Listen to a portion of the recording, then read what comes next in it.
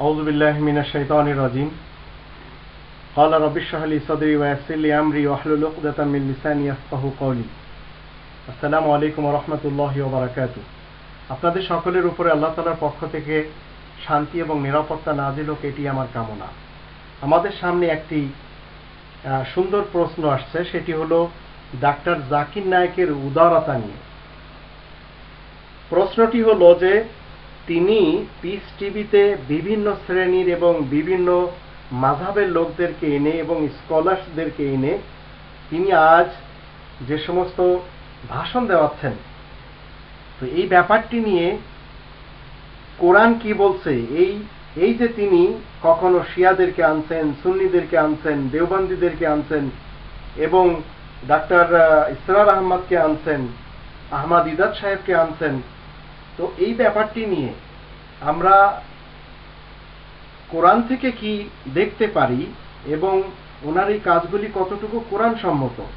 তো এই ব্যাপারটি নিয়ে আমরা যদি কোরআনের 3 নম্বর সূরা আল ইমরানের 103 নম্বর আয়াতে দেখি, তাহলে সেখানে আল্লাহ বলেন, ওয়াতাসিমু বিহাবলিল্লাহি জামিয়া ওয়া লা তাফাররাকু, তোমরা সবাই মিলে আল্লাহ তাআলার রজ্জুকে মজবুতভাবে আঁকড়ে ধরো এবং তোমরা বিচ্ছিন্ন হয়ে যেও না, বিভিন্ন ফিরকাতে, পার্টিতে এবং দলে দলে বিভক্ত হয়ে যেও না।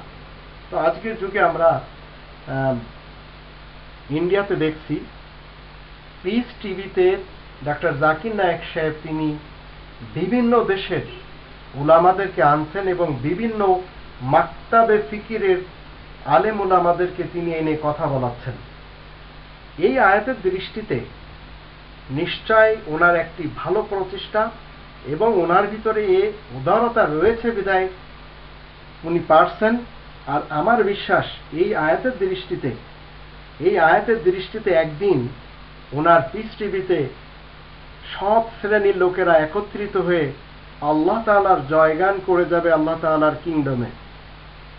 যদিও আজ অনেকে নিজেদের ফিরকার, মাযহাবের, পার্টির এবং মাসলাকের কথা বলে যাচ্ছেন, কোরআনের বিপরীত আরো অন্যান্য জিনিসের উদ্ধৃতি ওখান থেকে দেওয়া হচ্ছে, কিন্তু যখন আল্লাহ রাব্বুল আলামিনের পক্ষ থেকে যে নির্ভেজাল গ্রন্থ আমাদের সামনে রয়েছে, শুধুমাত্র এটির প্রচার হবে এবং দলে দলে লোক যখন আসবে, তখন এই বিশ্ব ইনশাআল্লাহ আবার মুসলিমদের হাতে চলে আসবে। কারণ যখন যখন মুসলিমদের হাত থেকে এই বিশ্বের নেতৃত্ব চলে গেছে, তখন আমরা দেখতে পাই তারা কোরআনকে ছেড়ে আরো অন্যান্য গ্রন্থগুলিকে কোরআনের সাথে সম্পৃক্ত করেছিল বিধায় মুঘলদের কাছ থেকে ভারতবর্ষ ছুটে গেছে, স্পেন ছুটে গেছে, গ্রিস ছুটে গেছে এবং সেই খিলাফতে ওসমানিয়া এবং খিলাফতে বনু আব্বাস, এগুলির ইতিহাস আমাদের সামনে রয়েছে। তো আজ যদি এই বিশ্বের সবচেয়ে বড় একটা মাযহাব প্রচারের, আমি বলবো না কোরআনের প্রচার হচ্ছে, পাশাপাশি অন্যান্য ধর্মগ্রন্থ প্রচার হচ্ছে, যদিও কোরআনের পাশাপাশি অন্য কোনো ধর্মগ্রন্থর প্রয়োজনই পড়ে না, তারপরেও কোরআনেরটা সেখান থেকে প্রচার হচ্ছে। এবং আমি মনে করি আজকে তিনি ঠিক যেভাবে দেওবন্দীদেরকে ওনার মঞ্চে আনছেন, আহলে হাদিসদেরকে আনছেন, জামাত ইসলামের লোকদেরকে আনছেন, তানজিমে ইসলামের লোকদেরকে আনছেন এবং বিভিন্ন নবমুসলিম স্কলারসদেরকে আনছেন এবং আহমদিদাদের ক্যাসেট চালানো হচ্ছে, তো একদিন আশা করি এই মঞ্চ থেকে কোরআনের স্লোগান নির্ভেজালভাবে প্রচার হবে, এটা আমার আশা।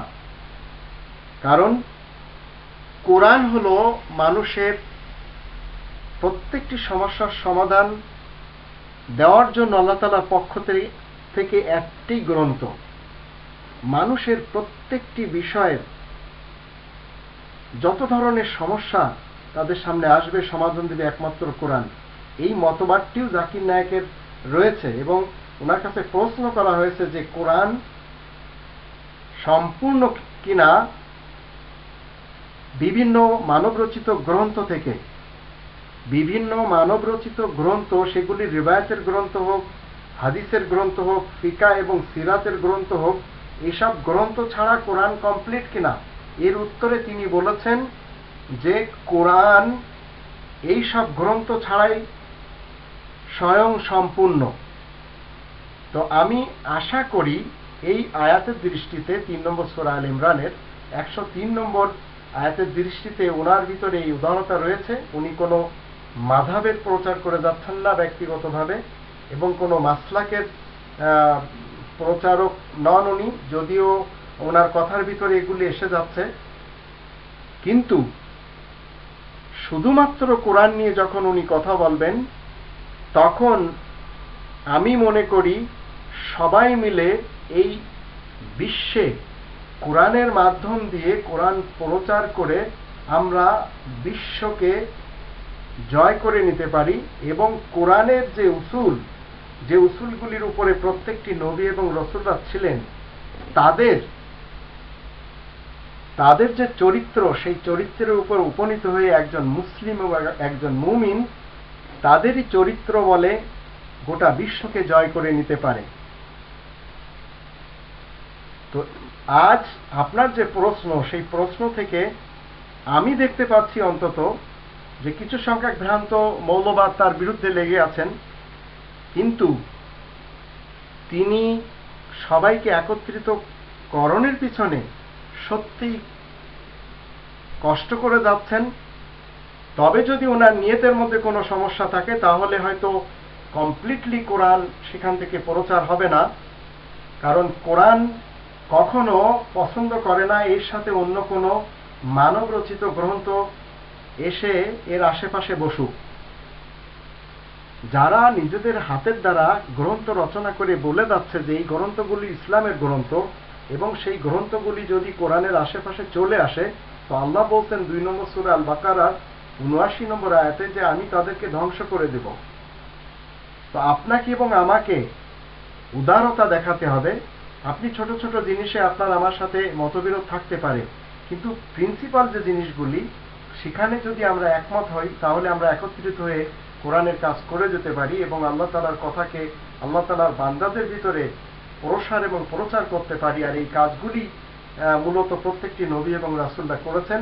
আর কোন নবী এবং রাসূলই কোরআনের বাইরে কোনো কিছু তাবলীগ করেননি, রাসূল কারীম তো করেনই। আমরা এই ব্যাপারে 5 নম্বর সূরা মায়েদার 67 নম্বর আয়াতে দেখতে পাই, সেখানে আল্লাহ তাআলা অর্ডার দিয়েছেন, ইয়া আইয়ুহার রাসূলু বাল্লিগ মা উনজিলা ইলাইকা মির রাব্বিক ওয়া ইন লাম তাফআল ফামা বাল্লাগতা রিসালাতা ওয়াল্লাহু ইয়াসিমুকা মিনান নাস ইন্নাল্লাহা লা ইয়াহদিল কওমাল কাফিরিন। রাসূল কারীম চিরকাল কোরআনে তাবলীগ করেছেন, আল্লাহ তাকে হেফাজত করেছেন, এবং এই কোরআনের বাইরে তিনি কোনো কথা বলেননি। আপনি এবং আমি যদি আজ এই কোরআনে তাবলীগ করি ঠিক যেভাবে রাসূল কারীম করেছিলেন, তাহলে আল্লাহ আমাকে আপনাকে সবাইকে হেফাজত করে রাখবেন। এই বিশ্ব আপনার এবং আমার আয়াতের মাধ্যম দিয়ে কন্ট্রোলে এসে যাবে, ঠিক অতীতে যেভাবে ছিল। তো আপনার এবং আমার মাঝে উদারতা থাকতে হবে। কথায় কথায় আপনি ফতোয়াবাজি করবেন এবং চটচট করে আপনি ফতোয়া দেবেন, এগুলির অনুমতি অন্তত ইসলাম দেয় না। বরঞ্চ যারা এই ফতোয়াবাজ, তাদেরকে আল্লাহ বলছেন যে তারা পরকালে নাজাত পাবে না। 16 নম্বর সূরা আন-নাহলের 116 নম্বর আয়াত আমরা দেখে নিতে পারি। ওয়া মা আলাইনা ইল্লাল বালাগুল মুবিন।